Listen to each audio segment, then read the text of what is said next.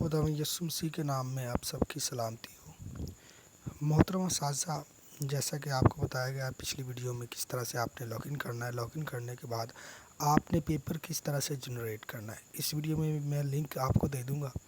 आपने जस्ट जो है इसके ऊपर लॉगिन EMS कोड लिखना है और पासवर्ड लिखना है। जैसे आप ये दोनों काम कर लेंगे तो उसके बाद आपने साइन इन पे क्लिक कर देना है। जैसे ही आप साइन इन पे क्लिक करोगे तो आपके सामने ये डैशबोर्ड नज़र आ जाएगा। ठीक है जी।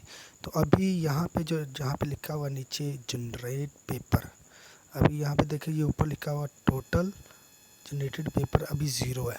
तो यहाँ पे अभी कोई पेपर जनरेट नहीं हुआ। उसके बाद ये लिखा हुआ जनरेट पेपर।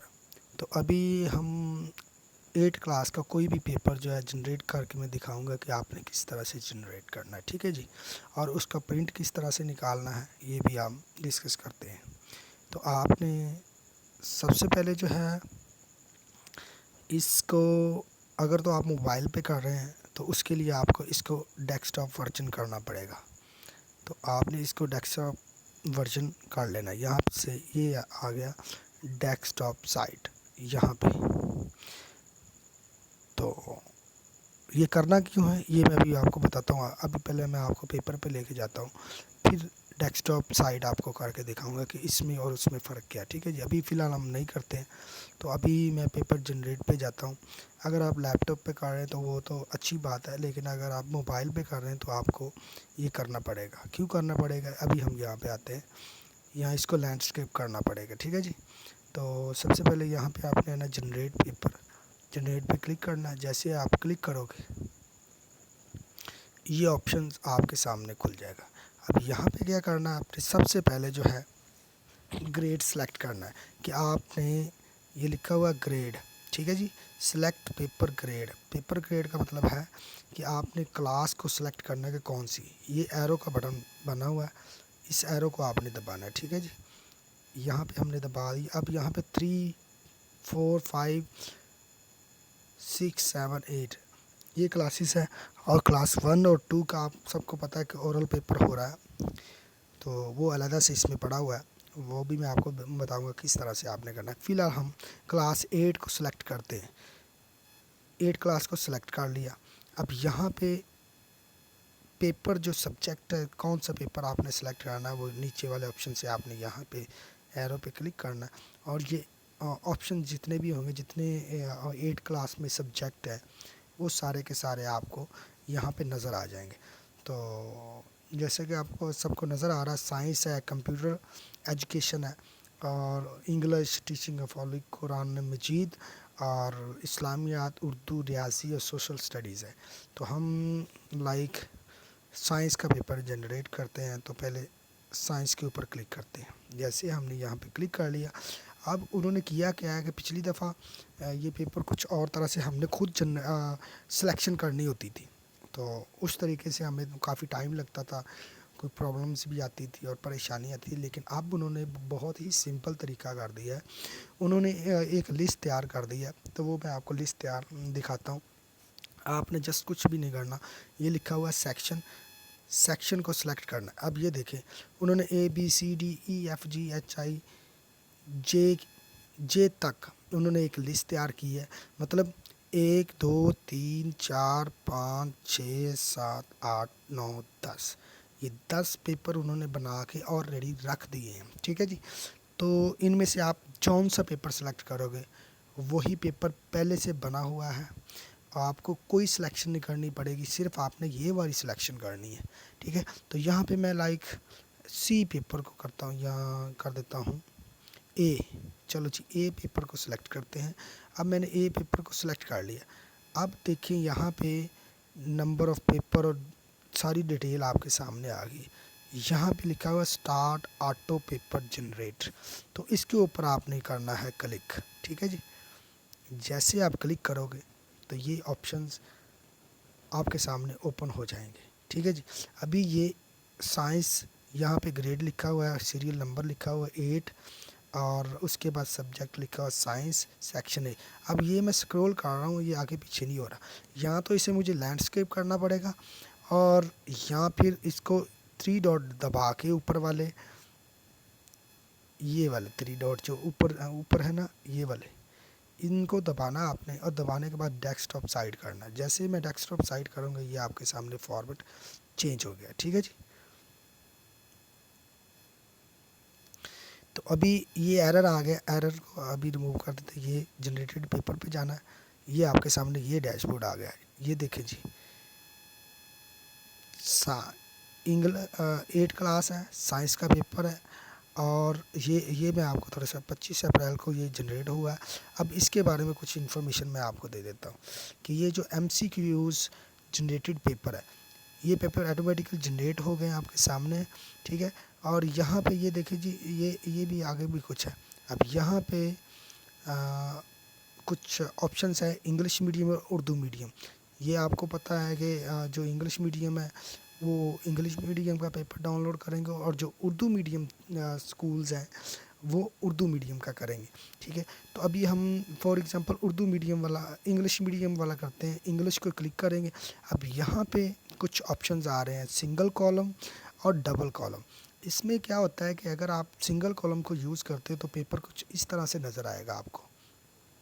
ये भी आपके सामने, ये देखिए, सवाल सिर्फ सिंगल लाइन में आपको नज़र आ रहे होंगे, सिंगल लाइन में सारी चीज़ें नज़र आ रही हैं। ठीक है जी। अभी मैं आपको दूसरा ऑप्शन करके दिखाता हूँ। आपने यहाँ से बैक जाना है, आपने डबल कॉलम पे क्लिक करना है। जैसे आप डबल कॉलम पे क्लिक करोगे तो आप ये भी फिर सिंगल हो गया, डबल कॉलम पे क्लिक करोगे तो आपको ये पेपर फॉर्मेट में अभी आपको चेंज नज़र आएगा। ये चेक करें जी। ठीक है, तो कुछ इस तरह से ये देखें। अब सवाल नंबर 5 भी यहाँ पे लिखा हुआ है और सवाल नंबर 6 यहाँ पे, यानी एक साथ ही लिखे हुए हैं, इसको दरमियान से कट कर दिया गया। बेहतर ये होगा कि आप जो है ना, बच्चे कंफ्यूज ना हो और परेशान ना हो, उनको सिलेक्शन में कोई प्रॉब्लम ना आए, तो आपने इसको सिंगल कॉलम ही सिलेक्ट करना है। यहाँ से सिंगल कॉलम, और इस तरह से पेपर आपने सेलेक्ट करना है। ये ऑटोमेटिकली पेपर सेलेक्ट हो गया। ये सब कुछ इसमें लिखा हुआ है, आपको कुछ भी फॉर्मेट करने की या कुछ भी आउट अपने अपने पास से डालने की ज़रूरत नहीं है। ये ऑटोमेटिकली पेपर जो है ऑलरेडी बने हुए यहाँ पे आपको नज़र आएंगे। ठीक है जी। तो ये तो हो गया आपका पेपर जनरेट करने का, ये था MCQs का। ठीक है, और अभी यहाँ पे लिखा हुआ है आंसर की। अब जो MCQs के आंसर होंगे, यहाँ पे आंसर भी उन्होंने ऑलरेडी दिए होंगे, वो वही होंगे जो पेपर आपने पेपर A जनरेट किया, तो यहाँ पे आंसर की भी पेपर A के ही होंगे, पेपर B के आंसर यहाँ पे नहीं होंगे। ठीक है, तो आंसर पे क्लिक करोगे तो पेपर A के MCQs के आंसर्स की एक लिस्ट जो है वो आपको ये देखें इस तरह से नज़र आ जाएगी। ठीक है जी, ये आपके सामने ये लिस्ट नज़र आ रही है। ठीक है, तो बैक चलते हैं। ये आंसर की इस तरह से होंगे। आगे है ये लिखा हुआ है CRQ। ये CRQ का मतलब है क्रिटिकल रीडिंग क्वेश्चन। ठीक है जी, तो इसमें होंगे लॉन्ग क्वेश्चंस और मरूजी सवालात होंगे। इंग्लिश का हम यहाँ पे देखते हैं। ठीक है, ये चेक करें जी, ये इसमें वो मरूजी था, और ये आपको इंग्लिश में इसके मार्क्स और सारी डिटेल ओवरऑल जितना भी काम है वो सारा इसमें नज़र आएगा। मैं डेस्कटॉप साइड काट लेता हूँ, ये अभी थोड़ा सा क्लियर हो जाएगा आपको। ये सारी चीज़ें आपके सामने नज़र आ रही हैं। ठीक है जी, तो ये देखें, ये डेफिनेशंस हैं। ठीक है, और ये नीचे जो है लॉन्ग क्वेश्चंस हैं, और ये एक पेपर आपको वो 8 क्लास का दे देगा। उसके बाद आपने इसके भी आंसर अगर देखने हैं, इसके भी आंसर देखने हैं, अगर आप किताब के ऊपर आपके पास नहीं है तो इसके लिए भी उन्होंने एक आंसर शीट दी हुई है कि इन क्वेश्चंस के जवाब कौन से हैं। ठीक है जी, तो वो हम बैक जाते हैं। बैक जाने के बाद आपने यहाँ पे आना है आंसर रूब्रिक्स, यहाँ पे आपने क्लिक करना है। जैसे भी आप क्लिक करोगे, ठीक है, और ये आपके सामने आंसर शीट आ गई है। उर्दू वालों के लिए भी वही है और इंग्लिश मीडियम वालों के लिए भी वही है। ठीक है, तो ये आपके सामने कुछ आंसर शीट नज़र आ रही है। इसको भी हम थोड़ा सा डेस्कटॉप साइड, सॉरी ये डिस्टर्बेंस हो रही है, ये आपके सामने आ गई है। ठीक है जी, तो अगर आप कुछ बच्चे आपके इंग्लिश मीडियम हैं, ये आपके सामने सारी चीज़ें नज़र आ गई। अब आपने करना क्या है, इसका पेपर का प्रिंट मैं आपको बताता हूँ किस तरह से करना है। अब यहाँ से आपने पहले बैक जाना है। अब मैं बता रहा हूँ कि अगर आपके बच्चे कुछ बच्चे जो हैं स्कूल में वो इंग्लिश मीडियम है और कुछ बच्चे जो हैं वो उर्दू मीडियम है, तो आपने बाईलिंगुअल पे क्लिक करना है और यहाँ पे आपको मिलेगा ये वाला ऑप्शंस कि आप उर्दू और इंग्लिश दोनों में सवाल लिखे होंगे, ठीक है। तो ये आपने कर लेना है। जो इंग्लिश मीडियम वो इंग्लिश मीडियम भी पढ़ लेगा और जो उर्दू मीडियम है वो उर्दू मीडियम पे पढ़ लेगा, ठीक है। ये आपके सामने ये देखिए, ये सवाल फिजिकल मकदारों की तारीफ़ करें, ए ऑप्शन, सवाल नंबर 3 का ए ऑप्शन है। और यहाँ पे what do you mean by international system of units, ठीक है। तो ये इंग्लिश में भी लिखा हुआ है और उर्दू में भी लिखा हुआ है, ये पढ़ने में आसानी होगी। और बेहतर ये है कि ये वाला पेपर आप जो है डाउनलोड करें ताकि उर्दू भी बच्चे पढ़ लें और इंग्लिश में भी पढ़ लें, ठीक है जी।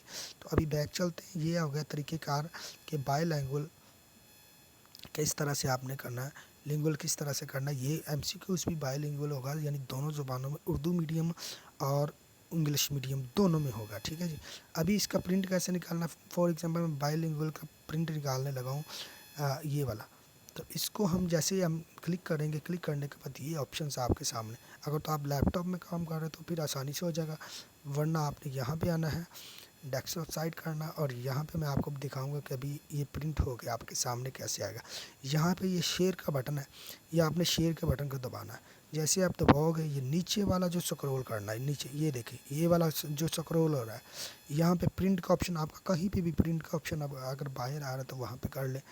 आपने यहाँ पे प्रिंट के ऑप्शन पे क्लिक करना है। जैसे आप प्रिंट के ऑप्शन पे क्लिक करोगे आपके सामने ये पीडीएफ फॉर्मेट में आपके सामने आ जाएगा, ये देखें जी, ठीक है। तो आप इसको निकलवा सकते हैं, यहाँ से आप सेव कर सकते हो। लैंडस्केप करना तो लैंडस्केप करो, पोर्ट्रेट करना तो पोर्ट्रेट कर लेना। यहाँ से आपने इसको क्लिक करना है, क्लिक करने के बाद सेव हो गया, और यहाँ पे इसका फाइनल पेपर, ठीक है जी। आइटम बैग और सिस्टम जो भी है, नाम लिखना चाहते हो तो इसका नाम लिख लें कि कौन सा है, इंग्लिश है, ठीक है। तो इसको हम कर लेते हैं इंग्लिश, ठीक है। साइंस है ये, साइंस, ठीक है जी। साइंस फाइनल पेपर, इसको मैंने ये यहाँ पे सेव कर लिया और ये हमारे पास हो गया सेव, ठीक है जी।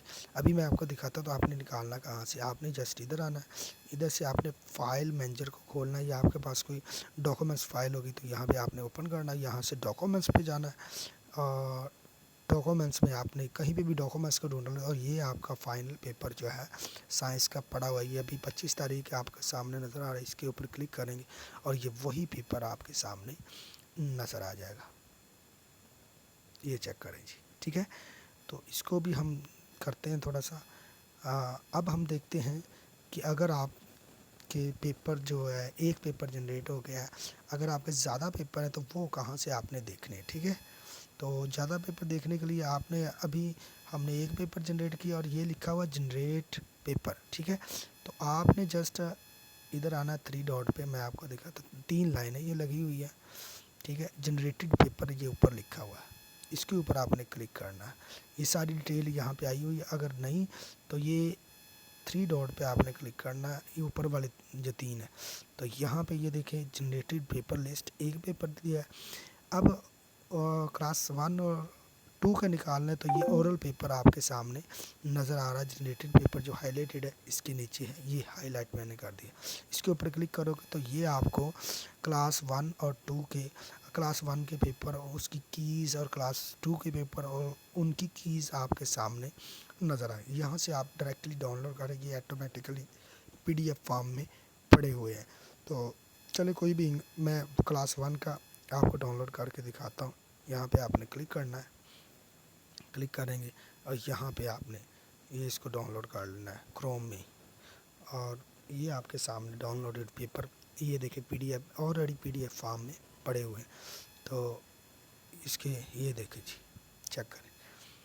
तो इस तरह से आपने जो है पेपर जनरेट करने हैं, और जो क्लास 2 और क्लास 1 है उनके पेपर आपने इस तरह से ऑलरेडी जनरेटेड पेपर जो है वो ले लेने हैं, ठीक है।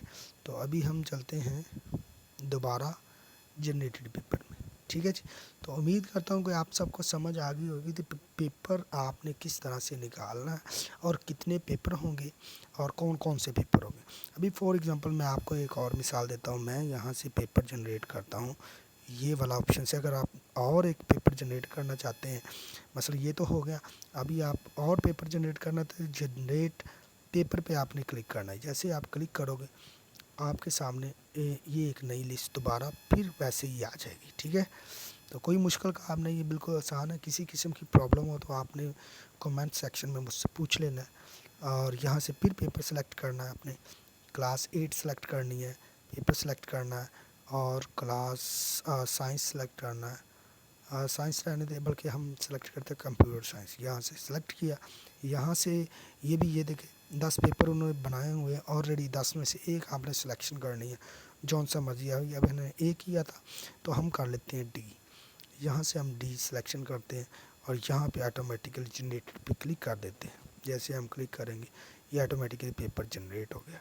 अब यहाँ पे देखिए, पहले हमारे पास 8 क्लास का कंप्यूटर साइंस का था, अब हमारे पास आ गया कंप्यूटर साइंस का, ठीक है। तो पेपर बिल्कुल वही है, इंग्लिश उर्दू दोनों में लेना चाहते हैं। इंग्लिश उर्दू लिखा हुआ और बाईलिंगुअल लिखा हुआ है, इसका मतलब ये है उर्दू में भी होगा और इंग्लिश में भी होगा, ठीक है।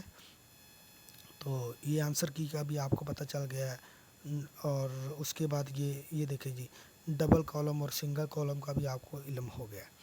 तो उम्मीद करता हूँ कि आप सबको समझ आ गई हो किस तरह से आपने पेपर को जनरेट करना है। खुदाफिज़, खुदा आपके साथ हो। अगर कोई प्रॉब्लम्स आ रही हो तो आपने कमेंट सेक्शन में मुझसे पूछ लेना है।